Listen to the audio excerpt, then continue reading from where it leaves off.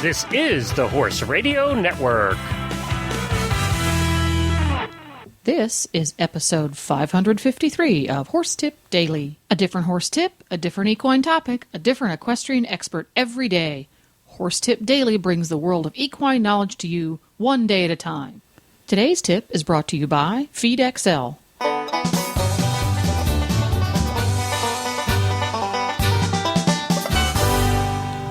Hi, Coach Jen here, and thanks for tuning in to Horse Tip Daily.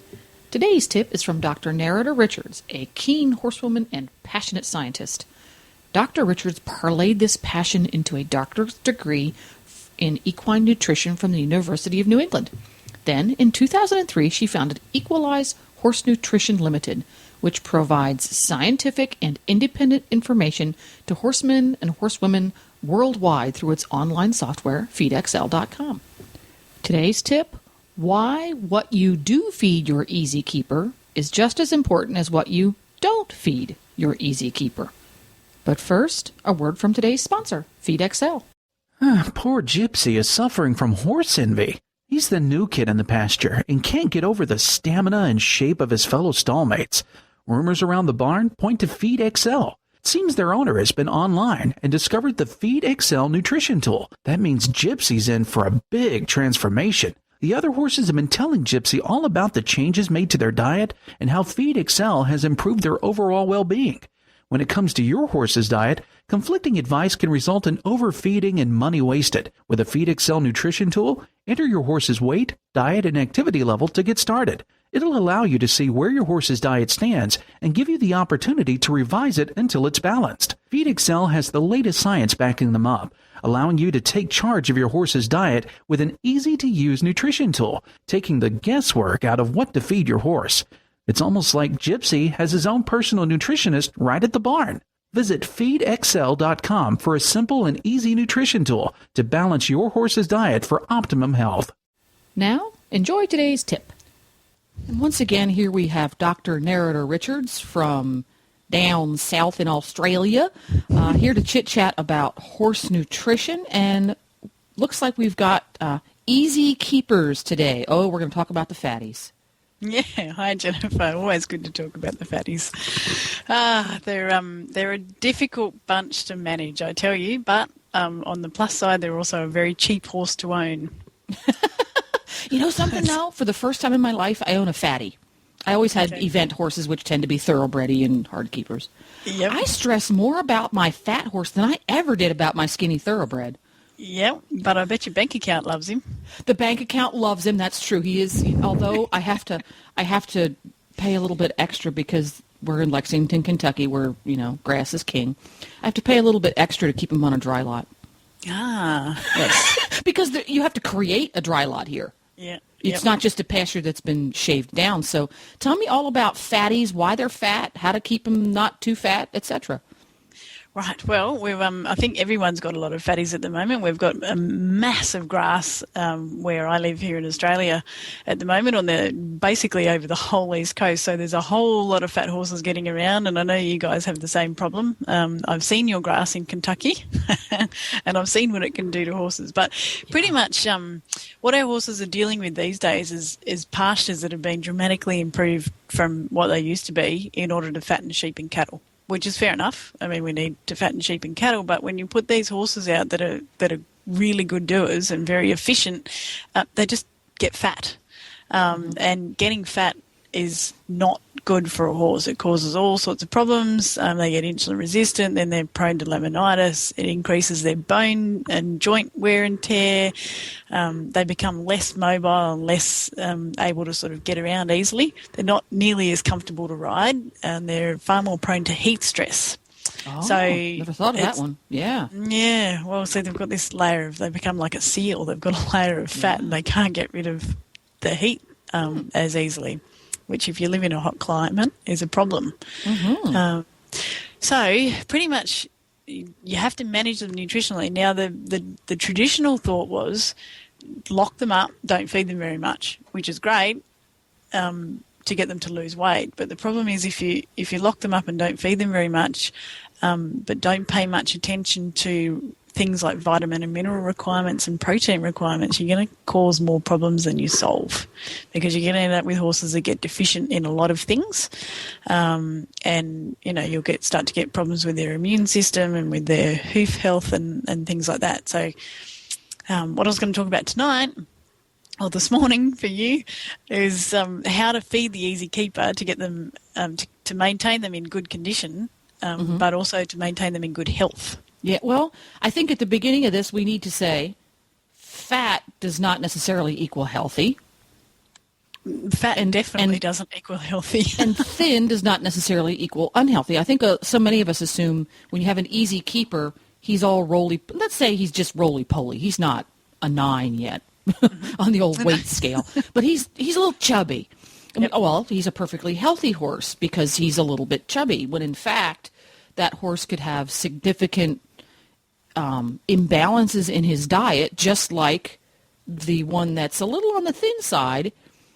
He could have a perfectly well-balanced diet that just doesn't have enough calories. So talk us through this whole Easy Keeper thing so that we can have a horse of appropriate weight that, 10 years down the line, his feet are shot because we've been feeding him a poor diet all these years. Mm-hmm. Yep. All right. So the first thing, the main reason why these guys get too fat, aside from not enough exercise, is just access to really high-quality forage. So really high-quality pasture or really high-quality hay. So if, for example, he was being fed a diet of pure alfalfa, which we've discussed in another tip, that will make them fat. So the first thing you need to do is restrict that access to your really good quality pasture or hay. Now with pasture, like you've just said, you've got your horse on a dry lot. That's one way to do it. You can muzzle your horse. You can use electric fencing to strip graze horses so that you're restricting the amount of access they get to good quality forage every day. There's a number of ways you can do it, but the main thing is you have to restrict that access to that really good quality pasture or forage, because essentially that's their chocolate cake. That's what's making them fat. Can you imagine living in acres of chocolate cake? I'm sorry. Oh, yeah. It's breakfast time. I don't like chocolate cake, so no, I can't. But acres of potato chips, wouldn't do me a whole lot of good. So what do we do instead? If you have to restrict how much grass they get, now what? Okay, so the primary consideration when you're thinking about feeding your horses is to keep their gut healthy. So if you've just restricted their access to good quality pasture or hay, you then need to fill up that gut with some other kind of forage, because if you don't fill it up, they're going to be unhealthy. They'd be at much higher risk of things like colic, and they could end up with B vitamin deficiencies because their hind gut doesn't have enough fibre to ferment. So you have to then go and find a very low quality hay, so a stalky Timothy grass type hay, or something that doesn't have a whole lot of calorie content, but it's fibrous and palatable and clean and not mouldy, something that they'll eat. It's kind of like, swapping your chocolate cake for All Bran. I'm just envisioning, oh, that's funny. Good. Okay. Yeah. It's like, yeah. But so take them off not take them off, but restrict their access to the good quality forage, and then give them something that they can chew on for the amount of time. So your guy in the dry lot should have something that he can chew on for most of the day and night. Mm-hmm. The more feed you can feed a horse bulk-wise, the better. So instead of working out like an Easy Keeper's calorie requirement may be fulfilled each day with, say, 16 pounds of alfalfa hay or 25 pounds of a stalky hay. So you'd be much better off feeding more of the stalky, lower quality hay than you would be feeding less quantity of the high quality hay, just because psychologically they're built to be out grazing most of the day. Mm-hmm. So the longer you can keep them eating, the better off they're going to be. Mm-hmm. So you can really have an extremely obese horse that has serious hind gut issues and nutrition issues, because that extremely obese horse is an Easy Keeper who spends 2 hours a day gorging himself on ankle-deep green grass, and then spends the remaining 22 hours a day eating nothing. Correct. That's really not a really good scenario, is it? No. That might be a little bit extreme, but... No, I know a lot of horses who live that way, actually. Really? Yes. Well, yeah. That's definitely not ideal. I mean, the other thing that they're at an increased risk of then is, of course, gastric ulcers, because a horse is supposed to graze and eat little and often over a 24-hour period, their stomach never actually stops secreting hydrochloric acid or gastric acids. So over that 22-hour period that they're not eating, they're not salivating at all, and they're not providing the stomach with any kind of buffering whatsoever, and so they're going to end up with a really, really acidic environment in there, which is not normal. That's bad news. So that's another reason why you want to keep them. The longer you can keep them eating and the more you can give them to eat without going over their calorie quota, the better. So so you've got your horse now, okay, you put a grazing muzzle on him and you keep the pasture at an appropriate level, etc. So you've gotten his grass intake limited appropriately, and you found yourself a supplier of some good late bloom Timothy, so he has something to nibble on. How do you meet his remaining vitamin and mineral and protein profile? Because that little tiny bit of grass plus that little bit of Timothy hay, that's going to leave some gaps, isn't it? Yeah, for sure. So now what? Now we've got step 3. This is a 3-step program, folks. Yep. Well, it's 4, but we'll add, well, it could be 5. Actually, in fact, it could be 6, but we'll keep it simple. So vitamin and mineral requirements, there is a mountain of good quality vitamin and mineral supplements on the market. And low dose vitamin and mineral supplements. And by low dose, I mean less than 100 grams or less than 4 ounces a day. So it's a teeny tiny amount, and in that teeny tiny amount, you can meet all of their trace mineral and vitamin requirements. Now, depending on what the calcium and phosphorus content is of your pasture and of the hay that you're using, you may need to add some extra calcium and phosphorus, which you can do with dicalcium phosphate. But essentially, you can create a balanced diet using the restricted access to the high quality forage, some access to the low quality Timothy hay, for example, and then a vitamin and mineral supplement. So you would want to look for a vitamin mineral supplement that specifically addresses a horse that is not eating a recommended quality of what they call fortified grain, horse feed that's got, when you read the back, it's got lots of multi-syllable ingredients on the back. So just to go to the feed store and pick up a bucket of vitamins, you're going to want to pay a little bit closer attention, because that could be formulated for a horse that is eating 6 or 7 pounds of a fortified grain a day. You want the one that's designed for the horse that's not getting that, because if you were to feed one to a horse, Thunder over here doesn't get any grain because Thunder's a chubbo, and you feed him a vitamin supplement that's designed for a horse eating grain, he may or may not be getting all of those nutrients covered. But on the other hand, if you feed it to Lightning on the other side of the aisleway, who eats 6 pounds of fortified grain every day, you feed him the one that's designed for a horse with no grain, you could be giving him too much of stuff. So you really need to pay attention to the fine print. I hate to say it because people hate to read fine print. Yeah. Pay attention to the fine print and, give the horse the right one. Don't just walk in and grab the first multivitamin that falls off the shelf. Yes. Yep. Yeah. I mean, most complete feeds, like fortified grain feeds, they should be formulated so that if you feed them at the correct feeding rates, you don't have to add a supplement on top. Right. And a majority of your vitamin and mineral supplements are also formulated on the assumption that that horse is not being fed a fortified grain feed. But in saying that, not all fortified feeds and not all vitamin and mineral supplements are created as equal. And in fact, some of them are terrible. And you pay a lot of money for something that doesn't go anywhere near meeting your horse's requirements. So you do need, it's very much a case of buyer beware, because nearly all of them will say that they're complete and you don't need to add anything else with them. But when you actually compare what's in that supplement or feed against what your horse actually needs, that quite often there's still holes missing. Of course. So that was step Was that step 3? That was step 3. Okay, do we have another step? So if you find too, like depending on how much pasture time your horse is getting, but if you've got a horse that is mostly on a really low quality hay, adding some really high quality protein to the diet is usually a good idea, because while you want to restrict calorie intake, you don't want to restrict essential amino acid intake, because they need those things to maintain. I mean, hoof quality is the most obvious one, but they've got a whole heap of essential functions in the body. So you need to add some, say, really high quality protein, because you want to get a lot of those essential amino acids into them without putting too many calories in the diet. So something like soybean meal. I mean, soybean meal is your highest quality protein, vegetable protein you can get. So adding a small amount of soybean meal, which is plentiful. It's pretty readily available to the diet of an easy keeper, will help them just to maintain that essential amino acid intake in their diet.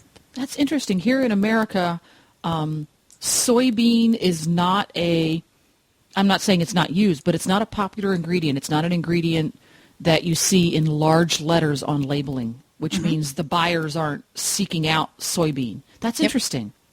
We use it a lot in Australia. There is a bit of again, as there is with most horse feeds, there's a little bit of a caution with soybean meal, in that if it hasn't been heat treated properly, there could be still some anti-nutritional factors, and one of them is a compound that actually blocks the enzyme, or one of the enzymes that digest protein in the gut. So if you get a badly produced soybean meal, you'll actually reduce protein digestion. So make sure you get the cooked good stuff. Yeah, I mean, we use full fat soybean a lot that has been cooked and sometimes double cooked in Australia, just to make sure that antitrypsin factor has been completely taken out of it.